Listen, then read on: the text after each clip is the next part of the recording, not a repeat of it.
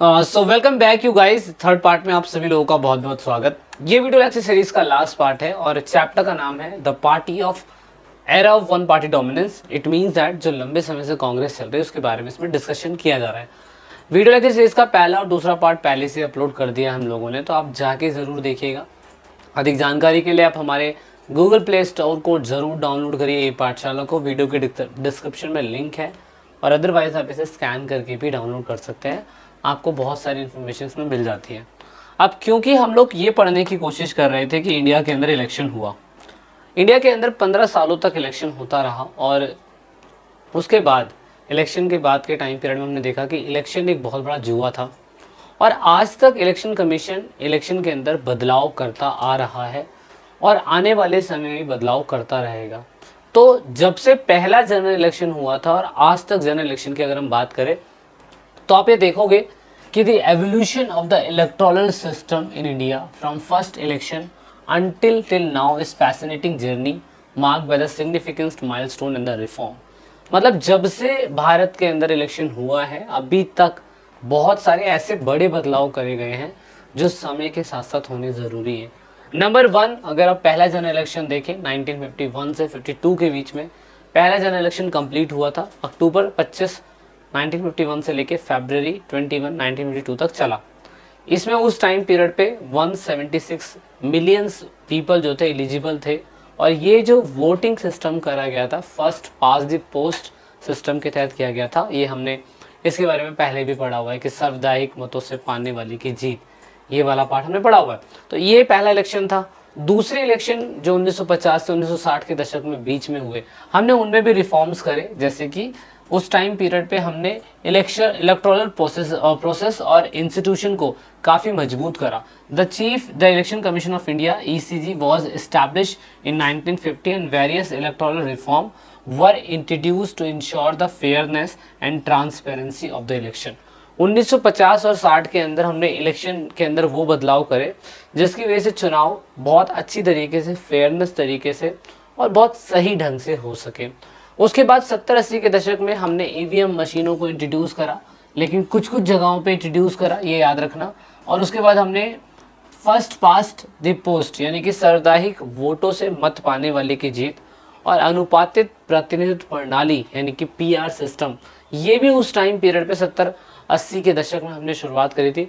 आपको मुझे कमेंट करके बताना है कि भारत के अंदर सबसे पहले EVM मशीन जो थी कौन से राज्य के अंदर अप्लाई करी गई थी। ये एक GK का क्वेश्चन है, ज़रूर ढूंढेगा। 1990 के दशक में हमने एक और इम्प्रूवमेंट करा और वो इम्प्रूवमेंट था voter verified paper audit trail. ये क्या है दोस्तों, जब आप वोट डालते हैं तो वोट डालने के बाद आप देखोगे कि उसके अंदर एक तरीके का पर्ची सा बना हुआ आ जाता है ना। वो जो पर्ची जो है ना वो शॉर्ट फॉर्म में VVPAT शॉर्ट फॉर्म में से बोला गया है। उसके बाद 21st सेंचुरी के अंदर अगर हम देखें तो हमने और बदलाव करे। जैसे हमने EVM को पूरे भारत के अंदर रिड्यूस कर दिया और VVPAT मतलब VVPAT ये भी पूरे भारत में अप्लाई कर दिया। अभी रिसेंटली ईयर के अंदर हम जिसमें काम कर रहे हैं वो इलेक्टोरल फ्रॉड के ऊपर काम कर रहे हैं, रोल ऑफ मनी पॉलिटिक्स, है ना। और यहाँ पे मार्जिनाइज्ड जो क्या कहते हैं कम्युनिटी है, जैसे कि जो बेचारे बहुत हाशिए पे जा चुके हैं, ट्राइबल्स कम्युनिटी है, उनको MP MLA के चुनाव में नहीं लाया जा रहा है। अब उनको कैसे लाया जा सकता है, हम इसके ऊपर भी फोकस कर रहे हैं। ठीक है, तो ये है। अच्छा, अब क्योंकि भारत में काफ़ी लंबे समय से कांग्रेस पार्टी चल रही थी 15 सालों से, और आप लोगों को पता है कि अपोजिशन पार्टी शुरुआती समय से थी। भारत में जब पहला इलेक्शन हुआ था तो भी CPI पार्टी जो थी थोड़े बहुत बहुमत 16 सीटें लाई थी और सेकेंड जनरल इलेक्शन में तो वो 60 समथिंग लेके आ गई थी केरला के अंदर। लेकिन ऑपोजिशन पार्टी का होना ज़रूरी क्यों है? देखो, ऑपोजिशन पार्टी जो है वो एक पूरी तरीके से सामने विपक्षी दल जो है वो रोल निभाती है कि अगर कोई सरकार गलत काम कर रही है तो उसके ऊपर ये क्वेश्चंस उठाएंगे। अदरवाइज नहीं तो भारत के अंदर डिक्टेटरशिप, तानाशाही सरकार आ जाएगी और अगर तानाशाही सरकार आ जाएगी तो फिर आपको पता है देश चल ही नहीं पाएगा। तो ऐसे में क्या करना है, ऐसे में भैया डिक्टेटरशिप को नहीं बढ़ने देना है। दैट इज वाई यहाँ पर विपक्षी दलों का इंपॉर्टेंट है। तो अगर आप देखो पहले जनरल इलेक्शन में बहुत सारे अपोजिशन लीडर थे, डॉक्टर BR अम्बेडकर, श्यामा प्रसाद मुखर्जी, जवाहरलाल नेहरू तो थे ही थे कैबिनेट मिशन में और जयप्रकाश नारायण भी उनमें से एक थे। लेकिन उस टाइम पीरियड पे पॉलिटिक्स गवर्नमेंट प्रोग्राम पे होती थी हेल्दी क्रिटिसाइज होता था उस टाइम पीरियड पे। ऐसा नहीं था कि कोई किसी को कुछ भी बोल देता होगा, ऐसा बिल्कुल भी नहीं था। अब यहाँ पे उस टाइम पीरियड पे आप देख सकते हो बाबा भीमराव अम्बेडकर, इन्होंने प्रोटेस्ट डेमोक्रेसी के ऊपर फोकस करा था। यहाँ पे गोपालाचार्य या गोपालन करके हैं, वो नए लीडर के रूप में उभरे थे। आचार्य नरेंद्र देव हैं। अब इन सभी लोगों ने ना अपनी एक अलग से पार्टी बनाई थी उस टाइम पीरियड पे, ताकि वो ऑपोजिशन के रूप में खड़े हो सके। ये सारे शुरुआती समय में आज़ादी के टाइम पीरियड में कांग्रेस के हिस्से में थे या कांग्रेस के कुछ पॉलिसीज को मानते थे। लेकिन जब कांग्रेस के अंदर कुछ कमियां आती चली गई, कांग्रेस में कुछ चीज़ें देखी जाने लग गई कि बहुत खराब है, तो ऐसे में जाके इन लोगों ने नई पार्टियां बनानी चालू करी। एग्जाम्पल के लिए अगर मैं देखूं तो भारत में प्रेजेंट टाइम पे तो बहुत ही ज़्यादा अपोजिशन पार्टियां हैं। हर स्टेट के अंदर रीजनल पार्टी अलग मिल जाएगी, नेशनल पार्टी अलग मिल जाएगी, और कहीं पे सेंट्रल और रीजनल एक ही पार्टी है।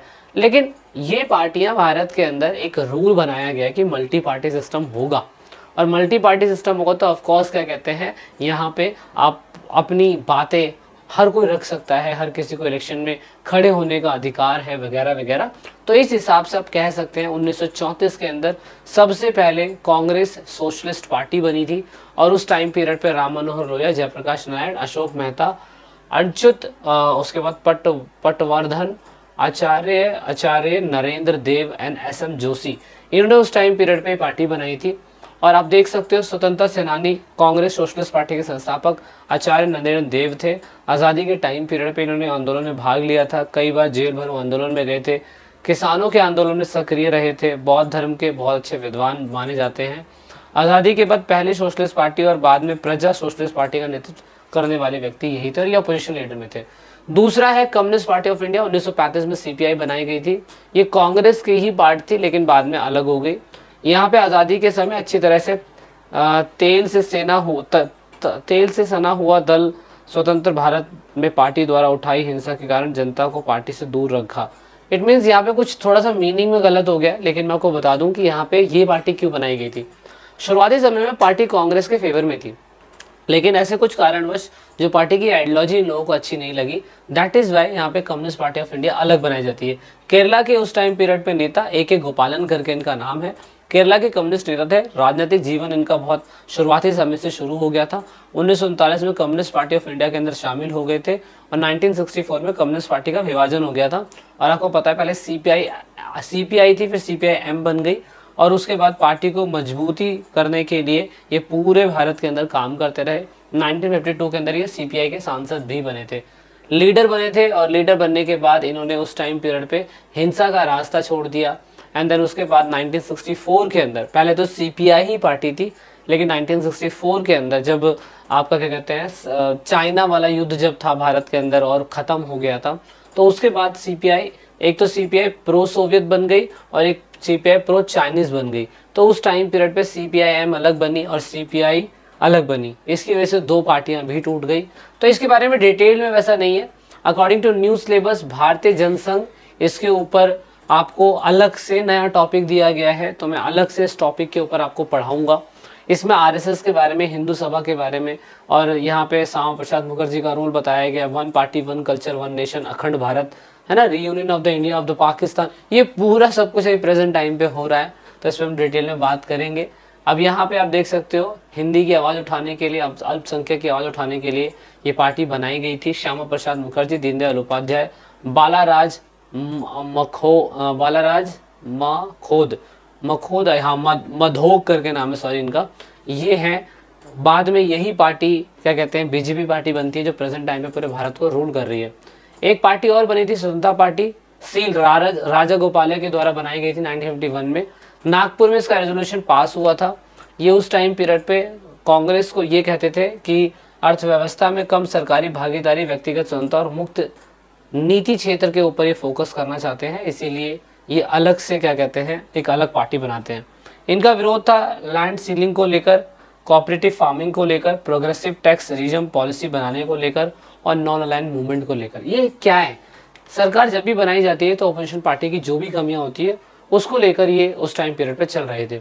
इवन ये सपोर्ट किसका कर रहे थे, ये प्रिंसली स्टेट का, इंडस्ट्री को अच्छा बनाने का, बिजनेस क्लास को आगे बढ़ाने का, और लैंडलॉर्ड्स जमींदारी सिस्टम जो थी उसको ठीक करने का ये सही मांग कर रहे थे। दूसरी बातें ये ज़रूरी नहीं थी, नेक्स्ट एक और है, यहाँ पे लिखा हुआ है 1950 के अंदर mutual respect between Congress and the opposition. कोई कोई लोग ऐसे थे जिसका कांग्रेस और ऑपोजिशन में दोनों में एक दूसरे में एक जैसी रिस्पेक्ट हमें देखने को मिलती थी। जैसे डॉक्टर बी.आर. अम्बेडकर और श्यामा प्रसाद मुखर्जी, ये कैबिनेट, नेहरू जी की कैबिनेट में भी शामिल नहीं थे, लेकिन ये उनका विरोध भी नहीं करते थे। सो ये था पूरे चैप्टर के अंदर। हालांकि ये चैप्टर इतना खास नहीं था, इसलिए ज़्यादा क्वेश्चंस आते नहीं है। जो अकॉर्डिंग टू न्यू सिलेबस आया है, इसे बोलते हैं लोकतांत्रिक एकात्मक, इंटरनल डेमोक्रेसी। ये क्या है अकॉर्डिंग टू न्यू सिलेबस, इसमें नया टॉपिक ऐड हुआ है। वो जब इस चैप्टर को खत्म कर देंगे हम लोग, हालांकि खत्म हो गया है, तो हम अगली वीडियो में उसी में मिलेंगे आप लोगों से।